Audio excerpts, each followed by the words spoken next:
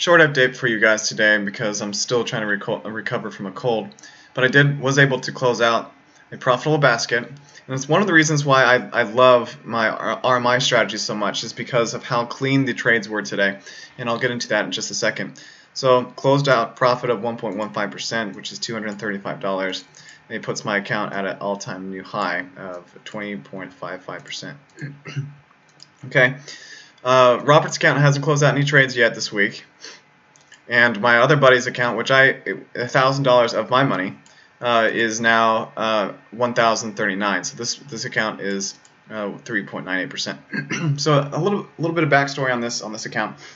This is my buddy Joe. But actually what I did is I set up an account for him in my name and basically give him a loan, and he gets to keep the profits from this account. And so the idea is to just double the account, give him the $1,000 and take my my loan out. And you know, to avoid getting into a lot of details, that's what I just decided to do. He's a good buddy of mine, and I just decided to get him started in this investing path. Okay. So, Robert's account, he only received one of the two trades that I did, and it was just the odd Aussie CAD. And that trade it went up a little bit, and then it's been kind of in a small range, so not a lot of action. Probably gonna have to wait a little bit longer for that one to push back up. It's looking like it could be topping out right here and then potentially shooting back down, but there is a round number down here, and this is a really good entry. It actually was right on the round number at 0.97, so I do like this trade a lot. Alright, so on my account, now these are the trades that I love so much because they really did work in my favor. So inside candle, this is the Aussie CAD, same one that Robert got, pushed up, hit the peak here. Now that's not that many pips. It's not 50 or 60, which I typically go for. It was around 23. But the pound Canadian dollar was much larger, and so I made up for the what was missing on the Aussie CAD. So I ended up taking about 70 pips out of all of this, and it's probably 70 pips, including all the spread that I needed to recover. But it was. And also the commission on top of that. But this was a really good entry. As you can see, the push up, push up, push up. There was an inside candle set up here, but it wasn't quite above the 70. So the next one was right in here. And that looks like a line graph, but it actually isn't. It's barely bearish. So you can see where my entry was. And it did go down initially, bounce back up, and almost entered a second position. It was real close. It needed to go about 23 or so pips to cover the spread, but it didn't quite go down, do that, and then it pushed down further. So the pound CAD actually was able to close out my Aussie CAD trade a bit sooner because of how much it moved in my favor. Alright, so I also have an account, and I've had this account at LMFX for a while. Now the broker, unfortunately, has not been as good lately, and it's one of the reasons why I withdrew all my funds from them. But I did receive some commission off of this on this account, and loaded up. It was like $150 or $125. And they gave me a 100% bonus, and so I'm trading this on a very small, in a very small way, on the minimum risk, as for each order. So that's 0.01 lots, so the smallest I can do, which is still high risk for this account size.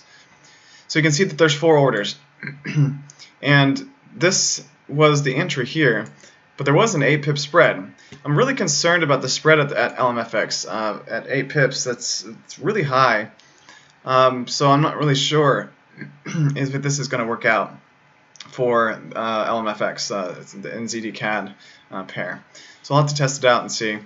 So a bounce back up is definitely in store at some point, and it will happen hopefully soon. So we'll see. And I also have a couple of trades on the Aussie CAD, which are currently in decent profit, but it's not enough to outdo what's the drawdown on the NZD CAD. Okay, so that's what I'm looking at right now, and I like what I've seen on my RMI strategy, especially on these two trades. It kind of reminds me how good this strategy actually is, and how price does react to my actual entries. How it moves down, where it peaks out with an inside candle, and the same on the Aussie CAD as well. Inside candle and then push up. So I hope to get more trades like this soon. It's with these three pairs, the Aussie CAD, NZD CAD, and the Pound CAD, I will be receiving less trades, especially because I'm trading the Pound CAD on the 1 hour now instead of the 30 minutes. So I will receive less trades, but they should be a little bit more accurate because there are fewer of them and it is on a higher time frame. So that's pretty much all I wanted to share for today. I am still testing my TMA expert advisor strategy, which I did show you the other day, which basically enters short positions above the red line and long positions above the green. And it's a scalping strategy, and it's decent, but I've been modifying it to run on during the news. And it's been tricky to do that. I have seen some points in the testing that the drawdown is just too high. We're talking about 30-35%. So I need to fix those before I can really run this live. And some concerns with that. I'm not sure if I can make it work, but I want drawdown to be around 15-20% max in order for me to use this expert advisor. Now there's some things I can do. I can use it in tandem with my manual trading, so as a manual trading tool where I turn off the expert advisor, turn on and off the expert advisor, and when news comes out. So that is something that I will think about. But for now, I still need to do more testing, and I'll keep you guys posted on that. So yeah, I'm just running the RMI strategy. I'm not doing much manual trading on my personal account, and I don't know if I will this week since I've been a bit sick.